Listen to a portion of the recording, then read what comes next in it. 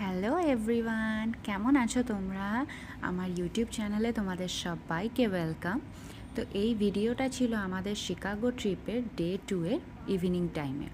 তো তোমাদেরকে তো আমি ভিডিওতে শেয়ারই করেছিলাম যে আমরা সকালবেলা বোট রাইড করে তারপরে অ্যাকচুয়ালি আর ভিডিও করা পসিবল হয়নি, কারণ আমরা খুবই টায়ার্ড হয়ে পড়েছিলাম। হোটেলে গিয়ে আমরা লাঞ্চ করে তারপরে একটু ঘুমিয়ে পড়েছিলাম। তো এরপরে আমরা উঠে নিয়ে বিকালে রেডি হয়ে সবাই মিলে আবার বেরিয়ে পড়লাম শিকাগোর আরেকটা যেটা অ্যাট্রাকশন, যেখানে প্রচুর মানুষ যায় দেখতে, সেই জায়গাটার নাম হলো গিয়ে নেভি পিয়ার।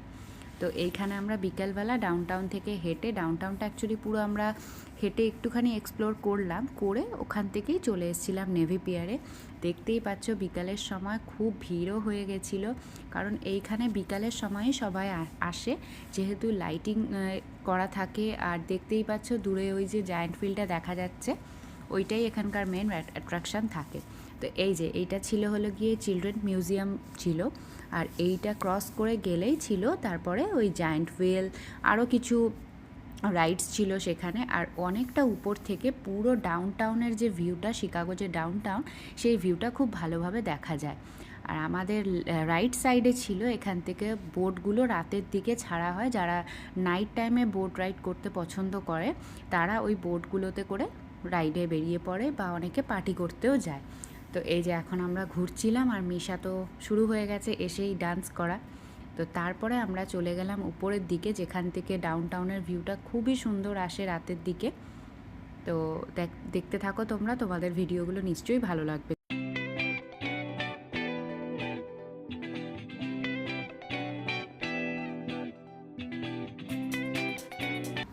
তো এতক্ষণ তোমরা নিশ্চয়ই দেখলে ডাউনটাউনের নাইট ভিউটা, খুবই সুন্দর লাগছিল দেখতে। পুরো ডাউনটাউনটা শিকাগোর এখান থেকে দেখা যাচ্ছিল। আর এইখানে মিশা আবার নিজে ডান্স করতে শুরু করে দিয়েছে, কি ভালো লাগছে দেখো পেছন দিকটা। আর এইটা ছিল জায়ান্ট হুইল, মানে শিকাগো আই। তো এই যে পাশের যে রাইডটা ছিল, এইটা মিশা মানে যাবে বলে খুব জিদ করছিল। তো এখানে দেখো আমরা এখানে টিকিট কাটার জন্য দাঁড়িয়ে রয়েছি, মিশার বাবা গেছে টিকিট পারচেস হলে তারপরে এখানে হর্স রাইডটা করবে, মানে ম্যারিগো রাউন্ড যেটাকে আমরা বলি। তো ম্যারিগো রাউন্ড করবে বলে আমরা এখানে লাইনে ওয়েট করছিলাম। তারপরে মিশার সাথে আমিও গেছিলাম, কারণ কাউকে একজন গার্জিয়ানকে সাথে যেতে হবে, প্যারেন্টসকে। তো এই রাইডসটা করা হয়ে গেছিলো। তারপরে আশেপাশে আমরা একটু ঘুরছিলাম, খুবই ভালো লাগছিল, এত ভালো হাওয়া চলছিল। আর দেখো আমাদের ওখানে ঘোরা হয়ে গেছে, এখন আমরা যাচ্ছিলাম হোটেলের দিকে রিটার্ন। রিক্সাগুলো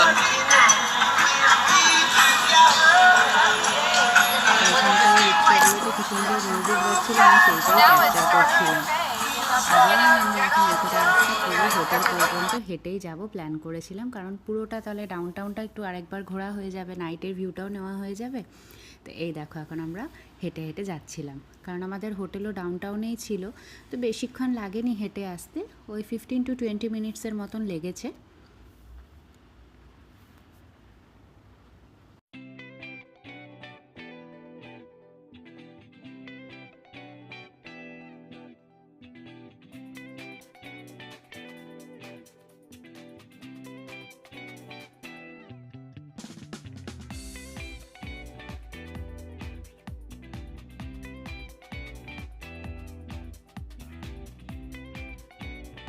দেখো এবার আমরা চলে এসেছি আমাদের হোটেলের সামনে। এই যে এইটা ছিল আমাদের হোটেল এম্বাসি সুইট।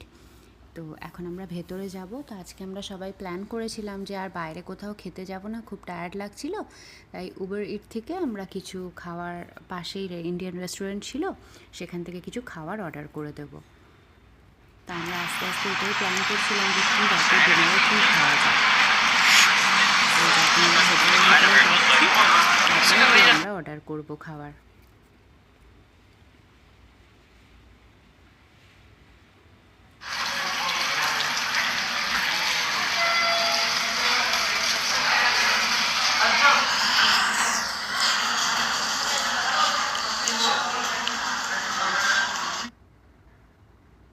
এই যে এখন আমরা হোটেলের লবিতে যাচ্ছি, ওখানে গিয়ে একটু বসবো, কিছুক্ষণ আমরা টাইম স্পেন্ড করব, খাবারটাও ততক্ষণে অর্ডার দিয়ে দেবো। তারপরে খাবারটা যখন ডেলিভারি হয়ে যাবে, তারপরে নিয়ে একেবারে আমরা হোটেলের রুমে চলে যাব। আর এই যখন আমরা ওয়েট করছিলাম, দেখো এখানে মিশা আর আমাদের সাথে যে আমরা আরেকটা ফ্রেন্ড ছিল, তাদের ফ্যামিলির যে বাচ্চাটা ছিল, তারা দুজনে খুব খেলছিল।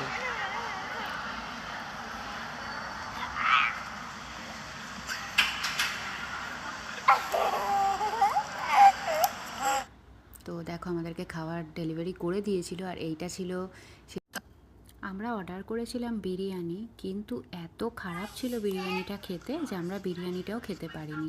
তো আমাদের কাছে পিৎজা ছিল, সেই পিৎজাটাই আমরা এখন খাচ্ছিলাম।